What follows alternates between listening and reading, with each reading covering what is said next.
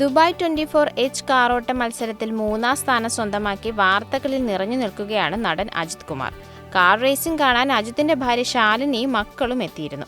റേസിന് ശേഷം നടൻ തന്റെ പ്രിയതമയ്ക്ക് നന്ദി പറയുകയും ആലിംഗനം ചെയ്യുകയും ചെയ്യുന്നതിന്റെ ദൃശ്യങ്ങൾ സോഷ്യൽ മീഡിയയിൽ ഇപ്പോൾ വൈറലാണ്. ഷാലു, എന്നെ റേസിംഗിന് അനുവദിച്ചതിന് നന്ദി എന്ന് അജിത് പറയുന്ന വീഡിയോയാണ് സോഷ്യൽ മീഡിയയിൽ ഹിറ്റടിച്ചിരിക്കുന്നത്.